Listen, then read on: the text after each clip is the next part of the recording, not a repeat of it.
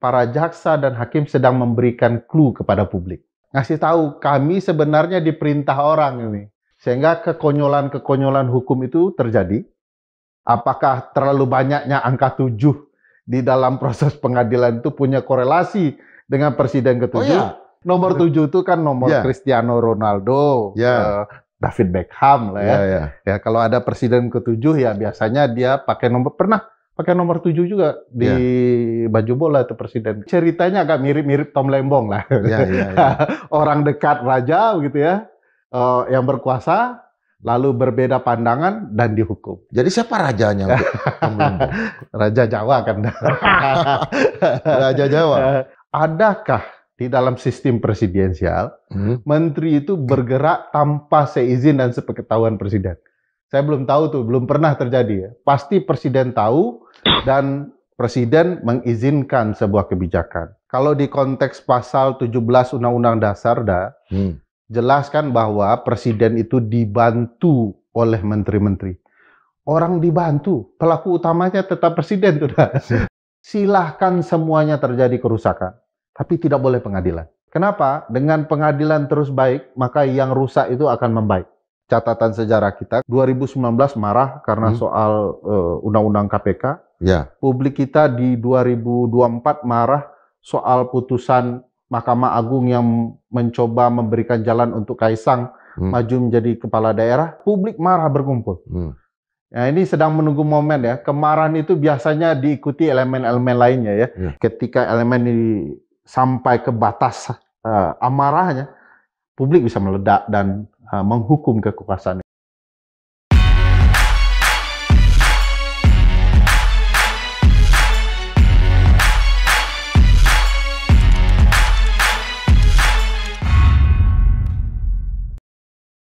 Sobat Madliok, ketika vonis yang dijatuhkan kepada Tom Lembong 4,5 tahun, dunia hukum dan aktivisme kita seperti meledak. Seperti membaca lagi kisah di dalam tetralogi pertama dari Pramudia Nagatur Bumi Manusia. Ketika Nyi Ontosoroh mengatakan kita sudah melawan dengan sehebat-hebatnya dan sehormat-hormat, kira-kira seperti itu. Nah, perdebatan ini belum selesai. Yang menjadi pertanyaan banyak pihak adalah sudah masuk apa yang disebut dengan peradilan sesat. Istilah ini menggema karena dibawakan oleh seorang aktivis hukum, seorang dosen dari Universitas Andalas, Bung Ferry Amsari. Sampai. Wah, gimana? Salam ya. Kesesatan ini itu sebetulnya ada nggak apa devil advokatnya? Ada nggak semacam apa dalam film Dracula selalu ada yang lebih pintar dari Dracula itu sendiri? Orang yang memberikan putusannya dia justru lebih kejam daripada yang menjalankan proses di pengadilan itu, mau hakim mau jaksa. Saya percaya bahwa hakim-hakim kita, jaksa kita bukan tidak tahu. Saya yakin mereka paham. Sehingga saya merasa para jaksa dan hakim sedang memberikan clue kepada publik. Sehingga kekonyolan-kekonyolan hukum itu terjadi. Ngasih tahu, kami sebenarnya diperintah orang ini. Maka lahirlah kekonyolan itu. Paham kapitalisme dijadikan argumentasi. Oh, meninggalkan jejak. Tidak mungkin jaksa dan hakim tidak paham konstruksi berhukum kita. Mereka paham, tapi mau kasih tahu bahwa ini sedang ada paksaan sehingga kami pakai dalil-dalil aneh ini supaya Anda tahu bahwa putusan ini aneh dan silakan Anda koreksi sama-sama begitu ya. Jadi ada semacam yang ngasih tahu cara mereka untuk memberikan kesadaran bagi publik. Nah, hemat saya ya ini bagus ya untuk menjelaskan ini untuk ya orang punya hak untuk banding agar dia bisa melindungi haknya di pengadilan banding. Dan bagi saya ya tidak mungkin dalam kasus seberat ini jaksa tidak detail, hakim tidak detail. Bayangkan ini adalah orang pintar, mantan menteri, ya punya pendidikan yang sangat luar biasa, dan tentu saja kuasa hukumnya juga harusnya diisi orang-orang yang kuat ya. Yang mereka bisa main-main dengan argumentasi. Jadi mereka pasti biasanya kuat argumentasi. Nah tiba-tiba argumentasinya ada hal-hal konyol yang menurut saya ya sangat mudah dibantah gitu ya. Dan harusnya ini harus dianggap jangan-jangan mereka tahu tapi mau kasih tahu publik saya sedang dipaksa oleh seseorang. Tapi saya tidak mau berasumsi apakah terlalu banyaknya angka 7 di dalam proses pengadilan itu punya korelasi dengan presiden ke-7. Nomor 7 itu kan nomor Cristiano Ronaldo, David Beckham lah ya. Ya kalau ada presiden ke-7 ya biasanya dia pernah pakai nomor 7 juga di baju bola itu presiden. Ada perbedaan antara hakim juga kan? Itu bisa muncul seperti apa kita melihat hasil-hasil dari Mahkamah Konstitusi.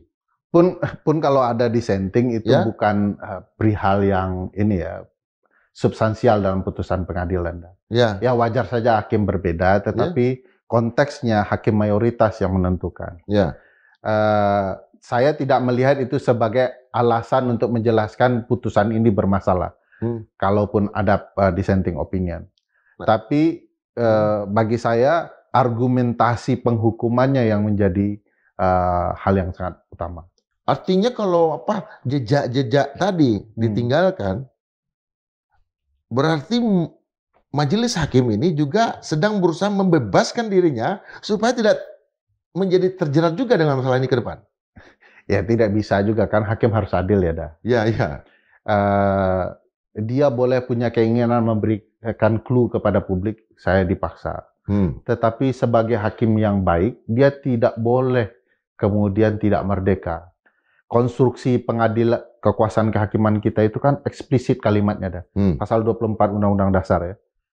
Kekuasaan kehakiman adalah kekuasaan yang merdeka untuk menjalankan peradilan di Indonesia kan. Kekuasaan yang merdeka. Merdeka dari siapa? Dari siapa saja. Demi menegakkan keadilan itu. Nah bagi saya kalau kemudian ada intervensi dia tidak nyaman lalu hanya sekedar memberikan clue tapi mengikuti kata orang lain, perintah orang lain, itu bukanlah peradilan yang merdeka. Jadi dia harus memutus atas dasar rasa keadilan. Kan prinsipnya begini lebih baik melepaskan 1000 orang bersalah daripada menghukum satu orang yang benar. Maknanya orang 1000 dia rasa bersalah, tapi alat buktinya tidak kuat, tidak cukup, melanggar proses. Dia tidak bisa menghukum orang bersalah. Coba udah bayangkan konsep berhukum itu. Dia tahu ini orang bersalah. Buktinya juga kuat dia bersalah. Tapi prosesnya tidak adil. Maka hakim harus membebaskan dia. Prosesnya tidak prosesnya adil. Saya tidak diberi hak. Tidak diberikan hak. Saking begitunya hukum ya. Jadi harus betul-betul orang ini memang bermasalah. Coba bayangkan kalau alat buktinya tidak kuat, tidak ada kickback gitu ya. Ada alasan yang aneh-aneh, proses peradilannya tidak taat proses.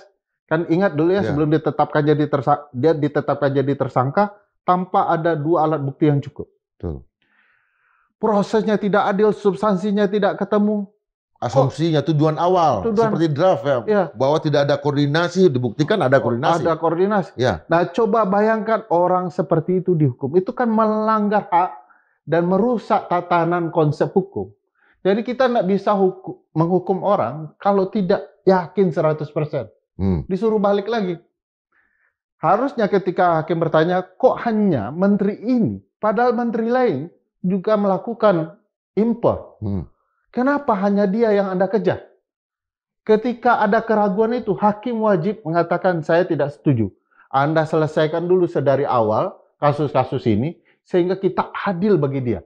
Nah, di titik itu saya merasa memang ada rasa keadilan yang terganggu. Ada ruang peradilan kita yang kemudian tidak presisi. Ada sesuatu yang sedang mendorong ini. Ada tangan-tangan yang sedang memaksa seseorang bekerja mematikan lawan. Itu sebabnya nuansa bahwa peradilan Tom Lembong adalah political trial, peradilan sesat, itu sangat kuat. Tapi kan ini ibarat pedang bermata dua. Ya, bukan pedang Zulfikarnya Ali ya. Dia bisa melilit lawan. Artinya begini, di satu sisi yang sekarang ditusuk itu adalah Tom Lembong. Tapi yang lain bakal kena susuk lagi atau enggak? Kalaulah peradilan sudah tidak adil dan berpihak, suatu saat jangankan orang teman-teman politisi yang akan terancam, publik pun juga akan terancam. Kalau peradilan dipermainkan, itu suatu waktu akan menimpa kita. Kita sudah lihat ya peradilan tidak adil di kasus di Mahkamah Konstitusi. Tiba-tiba orang yang tidak punya syarat bisa maju gitu ya. Di putusan Mahkamah Agung tiba-tiba orang yang tidak bisa punya syarat untuk menjadi kepala daerah bisa maju. Lalu kita lihat kasus Tom Lembong, kasus-kasus yang lain yang sedang merusak tatanan berhukum kita. Bahkan saya misalnya melihat ya, sejahat-jahatnya orang, lalu dalam proses politik dia tidak dihukum, ya. Tiba-tiba lawan politiknya berkuasa, dia dihukum karena lawan politik, itu tidak adil. Tidak adil. Bahkan orang yang bersalah pun diproses hukum secara tidak adil, itu tidak adil bagi proses hukum. Peradilan seperti itu peradilan sesat.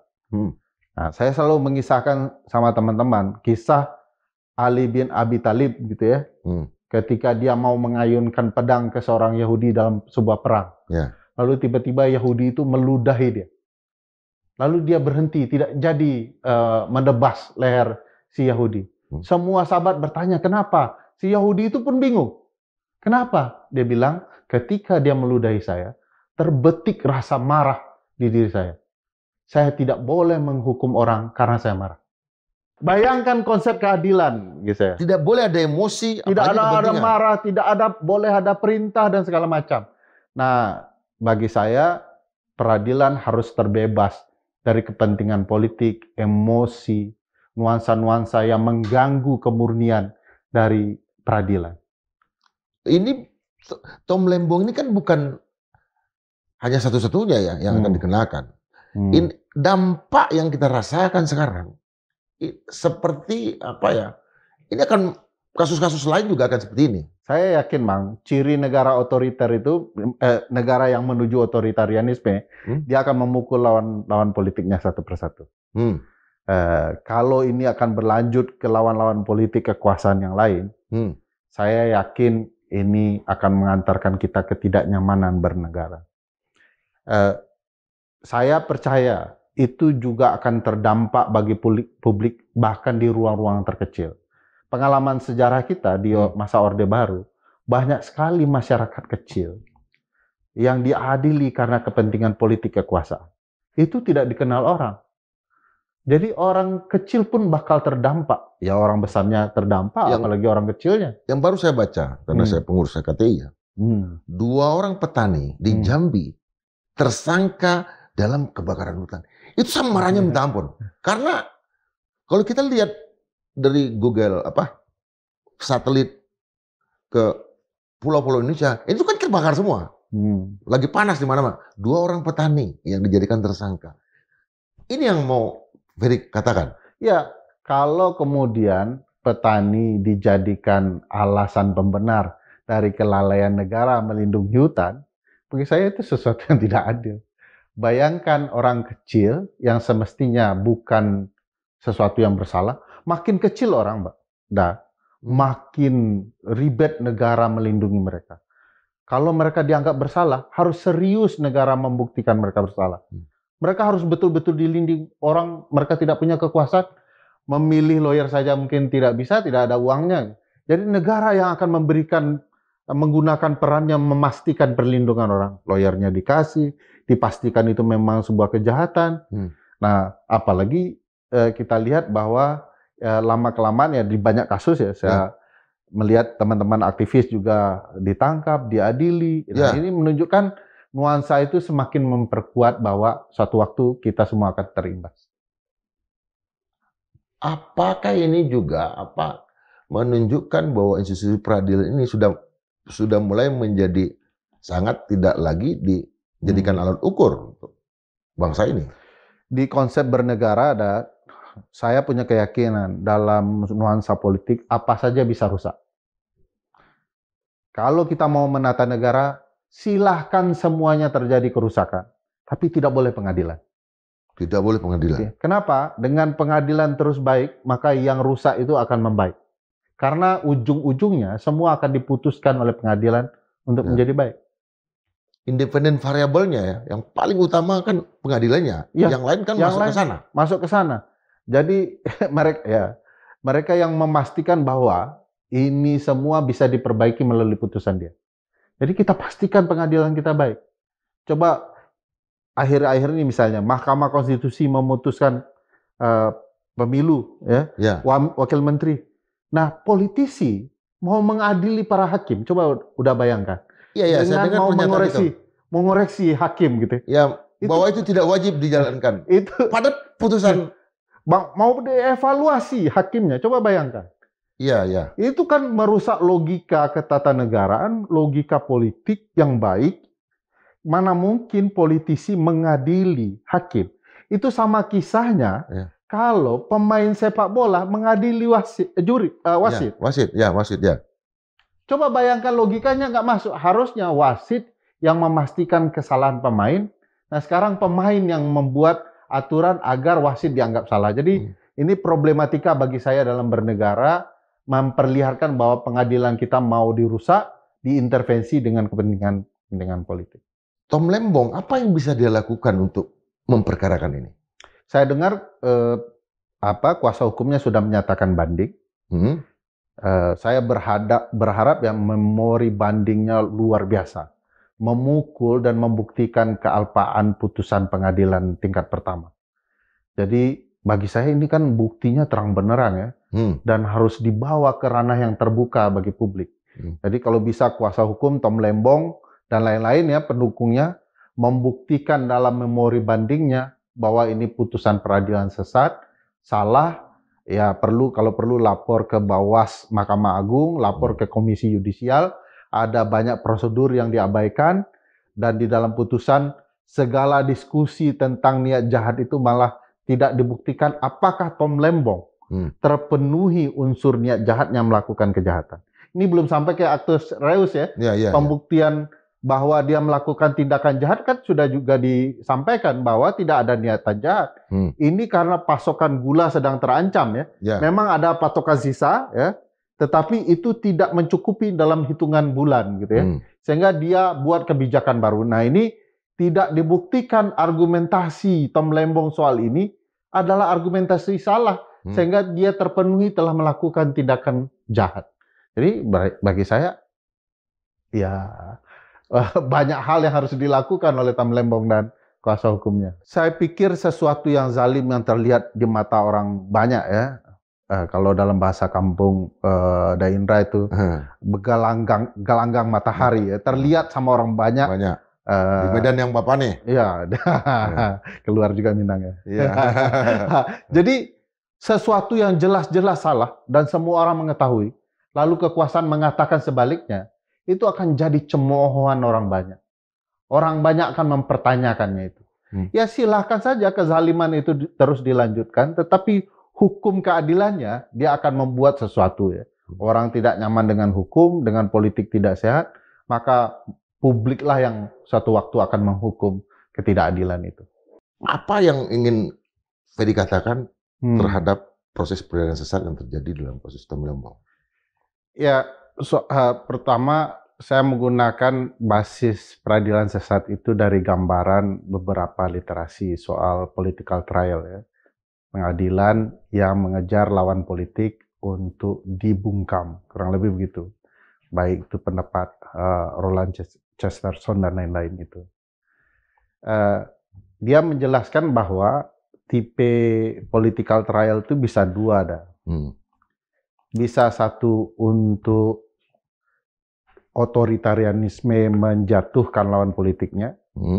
Bisa memang peradilan politik karena memang pelaku adalah tindak kejahatan kemanusiaan dan lain-lain. Jadi ada yang baik, ada yang tidak benar. Nah, yang tidak benar ini yang menjadi catatan penting dalam berbagai kasus yang seroman dengan Tom Lembong. Ya. Ya, banyak itu catatan sejarah panjang itu soal peradilan sesat yang bernuansa politik itu. Bisa dari Martin Luther King yang mungkin orang banyak tahu, Martin Luther King Junior, ya. Dari katakanlah pengadilan si Thomas More gitu ya, peradilan Socrates, Galileo Galilea gitu ya, itu lawan-lawan politik semua yang dibawa ke ruang pengadilan untuk dibungkam agar tidak bicara kebenaran yang dia yakini. Di kita juga banyak kan. Udah paham politik, sejarah dan macam-macam gitu ya. Salah satu dalam konteks Indonesia ya bisa peradilan 65, bisa peradilan 500 orang di era Soeharto, petisi 50 yang kemudian coba diadili dan diproses hukum gitu ya. Nah, pengadilan-pengadilan yang seperti ini banyak terjadi. Dan lumrahnya memang untuk mematikan dan membungkam lawan. Kalau saya mau menyandingkan yang menarik ya, kasus Thomas More ketika berhadapan dengan Raja Henry ke-8 ya, King Henry VIII gitu ya. Thomas More ini adalah Lord Chancellor-nya, penasihat utamanya Raja Henry.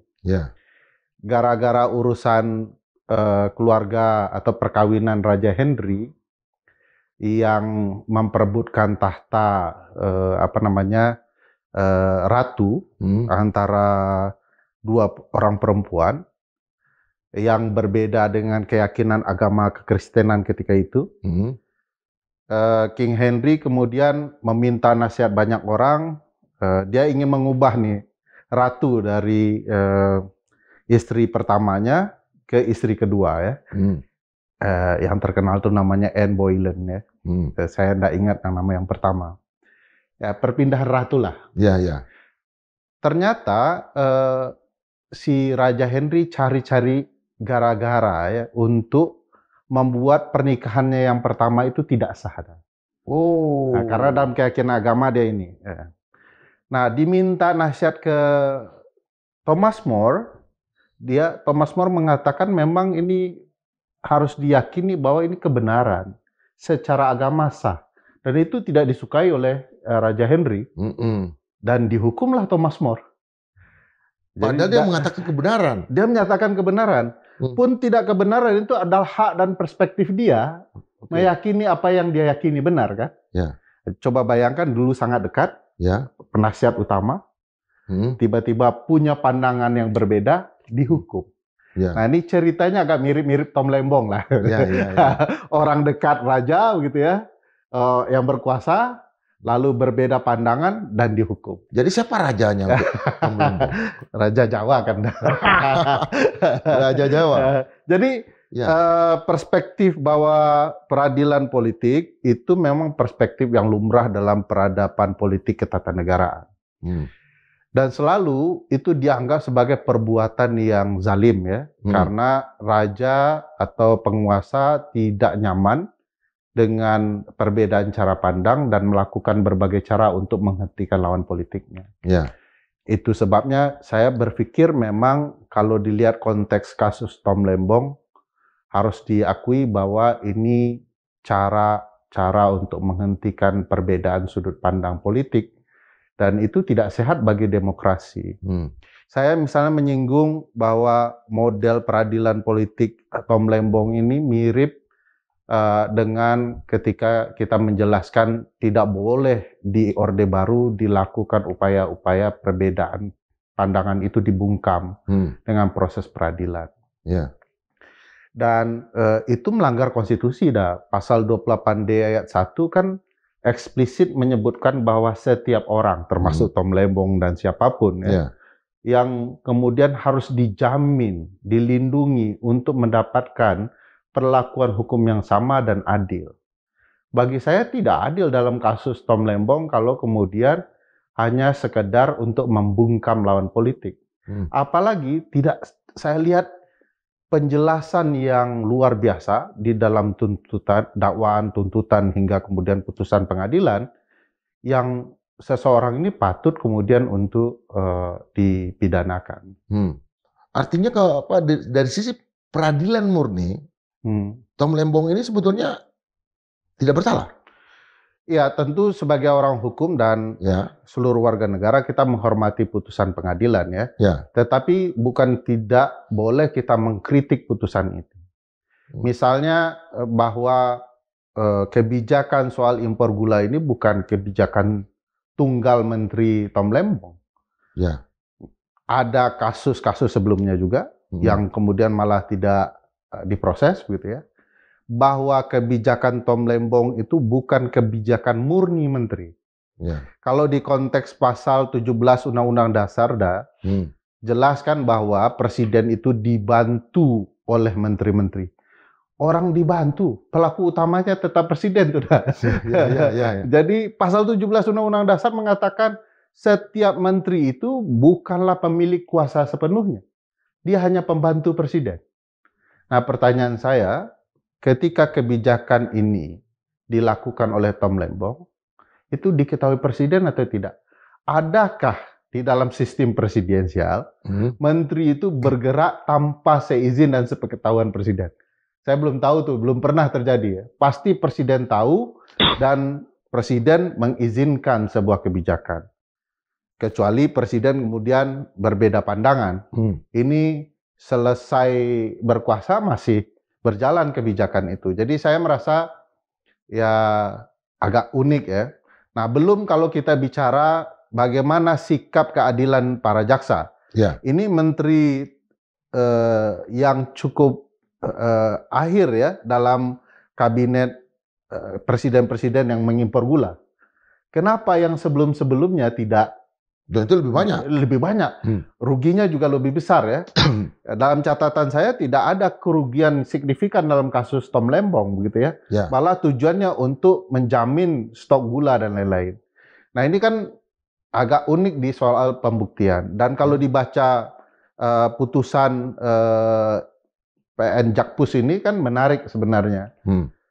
Karena ada bicara soal mens rea, banyak sekali baik itu oleh jaksa penuntut, kuasa hukum tentu saja, lalu hakim.